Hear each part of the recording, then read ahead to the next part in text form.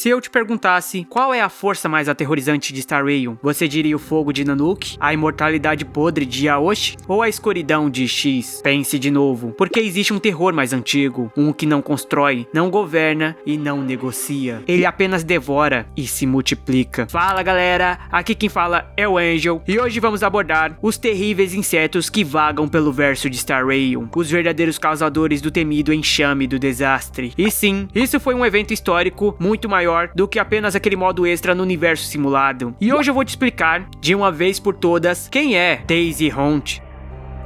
Por acaso, você conhece o enxame? Bom, é impossível jogar o jogo e nunca ter visto esse nome antes. Esse é o terrível inimigo, o monstro que causou uma das maiores guerras e pragas de todo o cosmo, tendo apenas um clone de um antigo emanador como um boss dentro do jogo, e também marcando presença naquele incrível, lindo e triste trailer da Firefly. O enxame conseguiu de fato cravar seu nome na mente de qualquer jogador. No entanto, existe uma grande diferença entre apenas ter visto o enxame e realmente ter ideia de quem ele é, ou saber a verdade por trás dele e do seu Aion. Por isso, se você faz parte do primeiro grupo ou apenas quer revisar um pouco de seu conhecimento de Star Rail, se ajeite aí no sofá, já deixa seu like e se inscreve no canal, porque hoje a gente vai longe. Imagine por um instante a vastidão gelada e silenciosa do cosmo, impérios nascendo e morrendo, em um balé silencioso, orquestrado por entidades além da compreensão humana, os Aions, deuses insondáveis que caminham sobre trilhas de filosofia pura.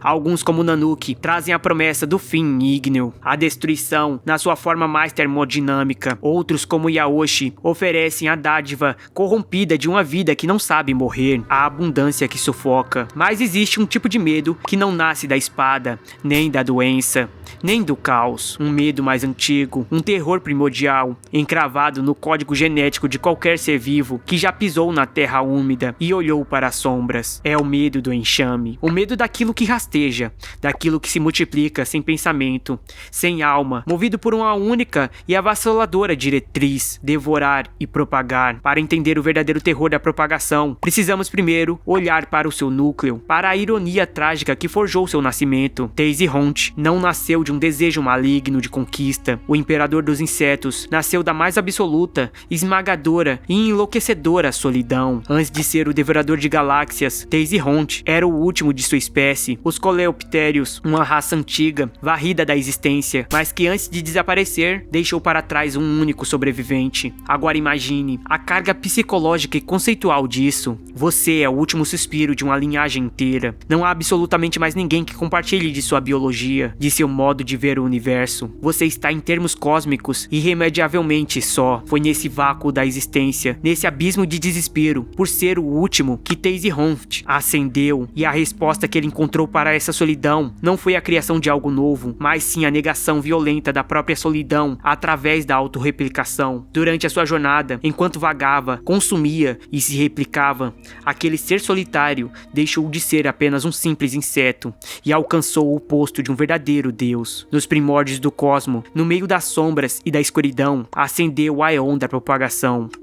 Caso você não saiba, grande parte das informações sobre Daisy Hunt permanecem obscuras até hoje. Isso porque diversos envolvidos parecem fazer questão de deixar a verdade sobre ele escondido nas sombras, mas o pouco que conseguimos descobrir através de textos no banco de dados e principalmente no modo O Enxame do Desastre no universo simulado já foi o suficiente para entender alguns detalhes realmente perturbadores sobre esse Aion. De fato, apesar de toda essa introdução filosófica, até hoje existem muitas incertezas sobre a origem exata de Daisy Hunt. Não que tenha acontecido de forma completamente diferente, mas muitos estudiosos acreditam em teorias sobre possíveis influências externas. Alguns acreditam que tal ameaça, tal entidade, talvez não tenha nascido, evoluído e ascendido apenas por vias naturais. Alguns chegam a acreditar que talvez todo aquele horror tenha acontecido após ter sido manipulado por alguém. Outro detalhe crucial é que, apesar de levar o nome de caminho da propagação, a forma como nós interpretamos Essa palavra e como ela realmente funciona na prática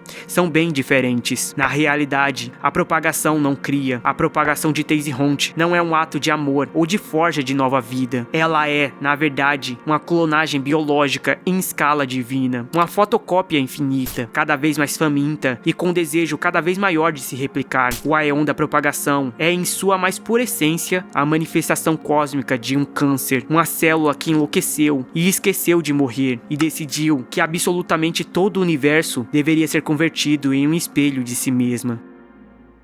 Quando falamos de guerras estelares, logo pensamos em naves majestosas, raios lasers cruzando o vácuo, estratégias complexas de generais brilhantes e sim, talvez 1 ou 2 sabres de luz. No entanto, o desastre do enxame rasgou esse roteiro e o substituiu por puro horror biológico. Ao contrário de um exército invasor, o enxame não tem generais, não tem táticas de cerco e não busca por submissão dos derrotados. Eles agem como um desastre natural de proporções divinas, uma maré biológica em que o único objetivo é consumir e transformar tudo em combustível para si mesmo. A narrativa de Honkai Star Rail deixa bem claro: quando o enxame invade um sistema estelar, aquilo não é uma batalha, é um evento de extinção em massa. Planetas inteiros, civilizações com milênios de cultura, ecossistemas complexos, cidades pulsantes, tudo era reduzido a simples biomassa. Eles desciam dos céus, bloqueando a luz das estrelas, não com nuvens de tempestade, mas com corpos de bilhões, trilhões de insetos monstruosos. Agora imagine você vivendo nessa realidade perturbadora, do mais puro nada, a sua visão do céu estrelado ou preenchido por nuvens brancas se transformando em uma escuridão sem fim, um breu formado por milhares de insetos gigantes invadindo seu mundo sem nenhuma misericórdia. O verdadeiro terror do enxame vai muito além daquele clichê do monstro poderoso e supremo. O medo aqui mora no perturbador, no arrepiante e em um número insano e totalmente injusto de inimigos. Mas não entenda mal, cada uma dessas pragas está longe de ser uma criatura inofensiva. O ferrão de um inseto do enxame carrega a capacidade de infectar, de usar a matéria viva ou morta do inimigo como uma incubadora para a próxima geração.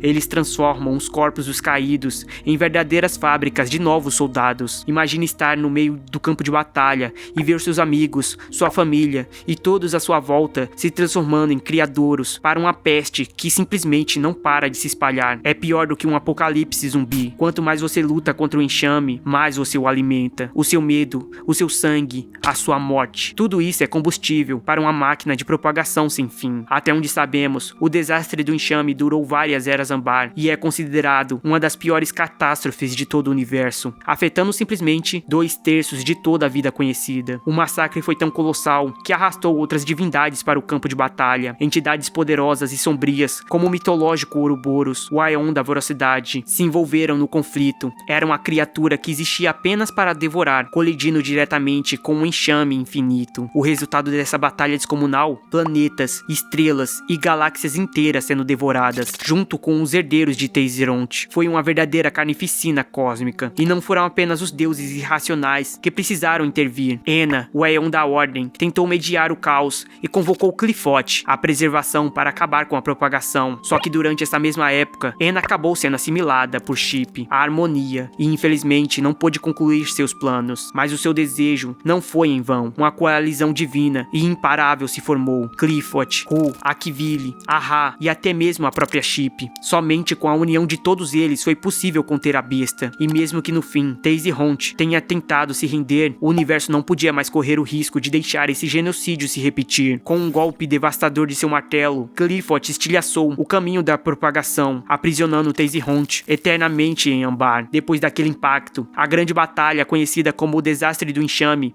finalmente terminou. Mas não se engane, o enxame nunca foi totalmente erradicado. Seus remanescentes continuaram existindo nas sombras e persistem até hoje. E é exatamente por isso que em animações incríveis como The Embers of Glamoth podemos ver o legado sombrio desse desastre. Eras após o fim da guerra principal, ainda somos assombrados pelas fagulhas de todo o horror que aconteceu. Naquele curta, vemos o Império de Glamoth sendo engolido por esses remanescentes. Muito tempo após a queda do Imperador dos Insetos, para tentar sobreviver, Glamoth tomou uma medida drástica: a criação dos Cavaleiros de Ferro, soldados geneticamente modificados, como a nossa querida Firefly, presos em armaduras mecânicas. Eles não eram apenas soldados, eram armas vivas, jovens condenados a uma morte precoce, criados com o único propósito de gerar poder o suficiente para enfrentar as brasas de uma guerra divina que, em teoria, já deveria ter acabado.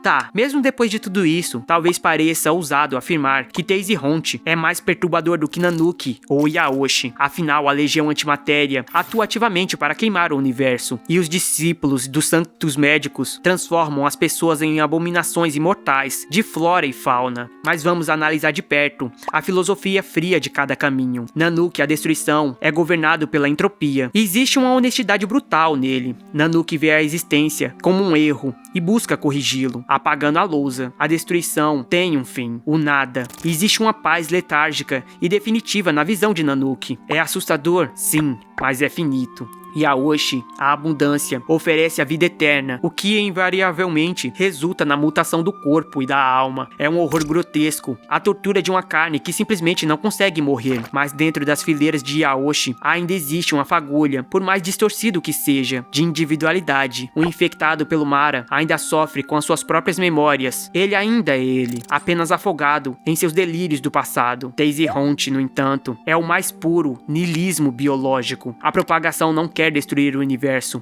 ela quer substituir o universo. E o que ainda é pior, a propagação rouba a sua individualidade. Se o enxame o vence, você não apenas morre, você é assimilado. Seus átomos, a sua energia, tudo é digerido para criar mais um ferrão de um besouro quebrado de estrelas. Você deixa de existir no sentido mais literal e absoluto da palavra para se tornar apenas uma fração infinitésima de uma mente coletiva, movida unicamente pelo instinto de fome e procriação. O verdadeiro horror de Teyziront é a perda do eu. Enfrentar o enxame é olhar para uma maré inumerável de mandíbulas estalando e ver ali a ausência total de emoção, de propósito, de ódio ou de amor. O enxame não odeia você. Ele sequer nota que você está lá. Para o enxame, um aeon, uma galáxia inteira ou simplesmente um ser humano são exatamente a mesma coisa, apenas calorias.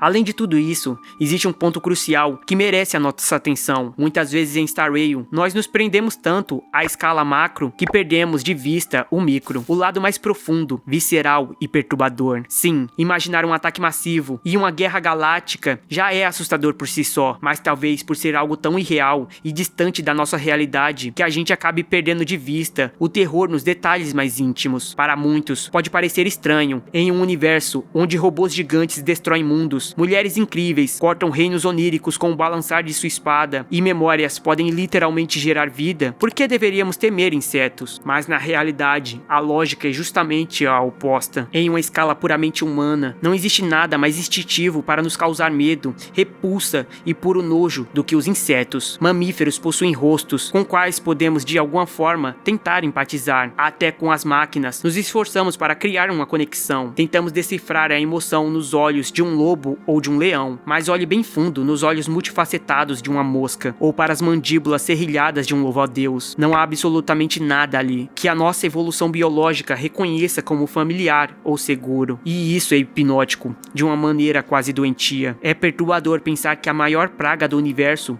seja algo que ataca um medo tão pessoal e enraizado em nós. Se você já sente calafrios só de imaginar uma aranha subindo pelo seu braço enquanto você dorme, agora imagine essa mesma aranha em proporções colossais, caindo direto do céu, com todos aqueles pelos, aquela textura úmida e viscosa, aquele corpo estranho, cheio de membros, despencando das nuvens com um único propósito: devorar e se multiplicar. O zumbido do enxame é como um feitiço sonoro macabro.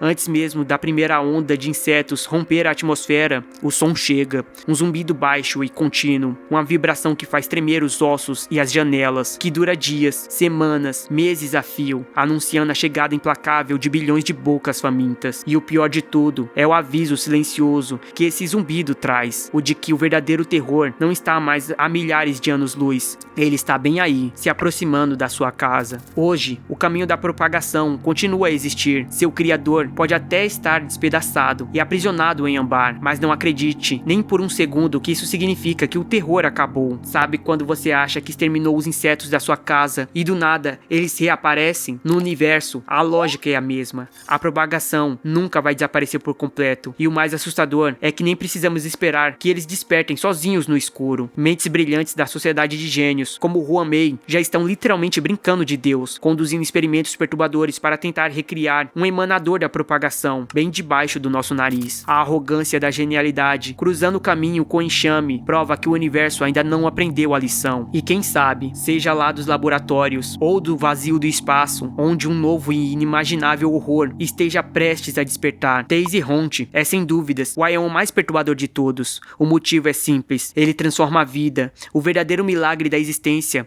e da reprodução, na arma mais nojenta e letal que as estrelas já testemunharam. Ele serve como um lembrete sombrio. Se o universo é vasto e infinito, infinito também pode ser o número de mandíbulas escondidas no escuro, apenas esperando. Mas indo muito além dele, existem várias outras criaturas e seres bizarros e curiosos que a lore de Star Rail esconde nas sombras. Se vocês quiserem mais vídeos assim, explorando essas entidades aqui no canal, seja para entender, conhecer do zero ou até rever sob uma nova perspectiva, não se esqueçam de deixar aquele comentário. E para eu saber quem foram as verdadeiras lendas que acompanharam esse vídeo até o final, comenta aí embaixo, Sabres de Luz. Não se esqueçam também de compartilhar o vídeo para apoiar a criação de mais conteúdos como esse. Só que por agora, eu vou ficando por aqui, já dando um grande abraço e dizendo valeu, falou, fui.